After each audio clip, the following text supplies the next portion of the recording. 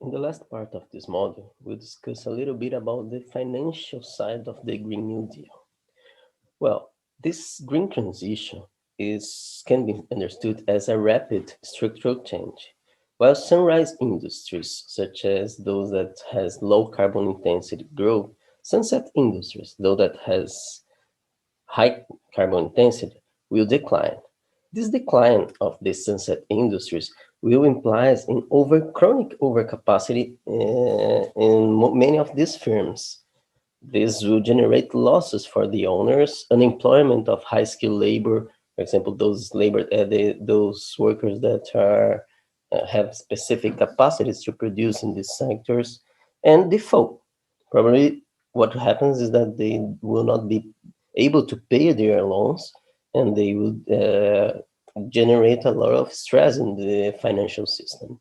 In the side of sunrise industries, there are also a lot of problems. First, the investment is not enough, at least nowadays, to compensate for this phase out of fossil-based technologies.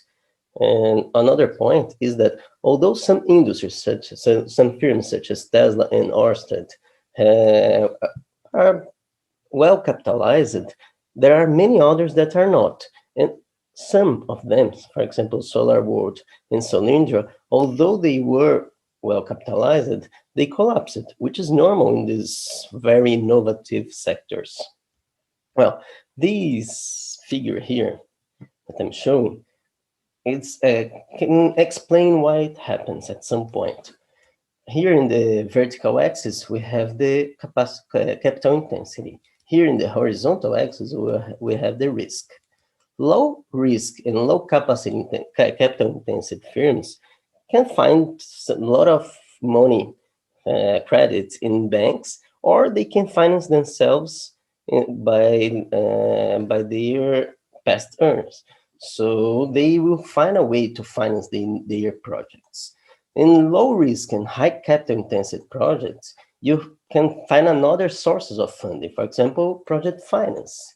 In high risk and low carbon intensive, capital intensive investments, because you don't need too much money, despite the risk, you can find sources of funding, for example, venture capital. Venture capital will invest in many projects because they don't need too much capital. They will invest in many projects and they reduce the macro risk of their investment. Although some investments are very risky, if you're investing in a lot of investing in a lot of projects, the risk will reduce.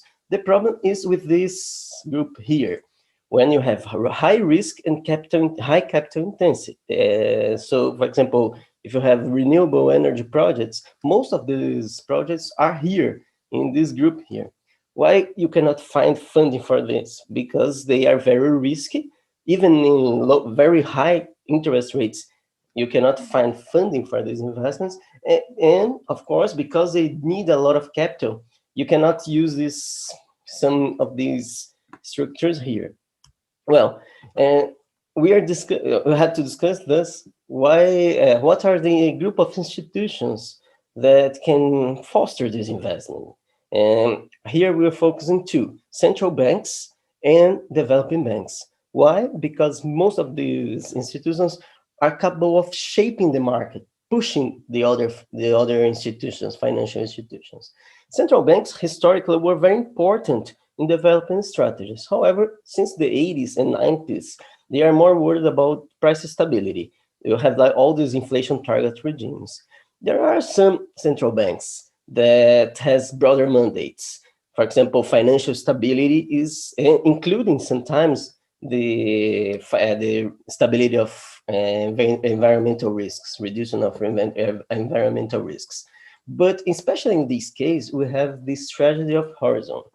Monetary policy usually is focused on 1 year or two, or maybe in the best case, 5 year projects. They are not looking at the a long-term consequence, long-term financial stability. The time horizon of the monetary policy is very low. when you go to these investments, these environment projects, they, and especially in the case of the risks of a green, of not moving to a green economy, we are talking about consequence, long-term consequence, increasing in temperatures, extreme temperatures, and what central banks can do to move towards these policies. The one thing that's very important, and it's happening a lot. It's, I'm being very optimistic, but they are discarding the idea that monetary policy is neutral.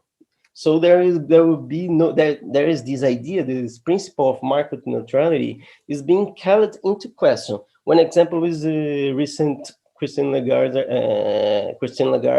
which is the president of European Central Bank, uh, criticism on this market neutrality, especially when it comes to climate change. Well, the TDR, the Trade Development Report of UNCTAD, brings some policy recommendations on this. They argue that there is the need for new macroeconomic models that includes climate change risk within these models. There are many others ideas that the TDR presents. For example, there's the need for a full disclosure of climate risks to reduce the portfolio, to make clear, for firms the exposure of their portfolios.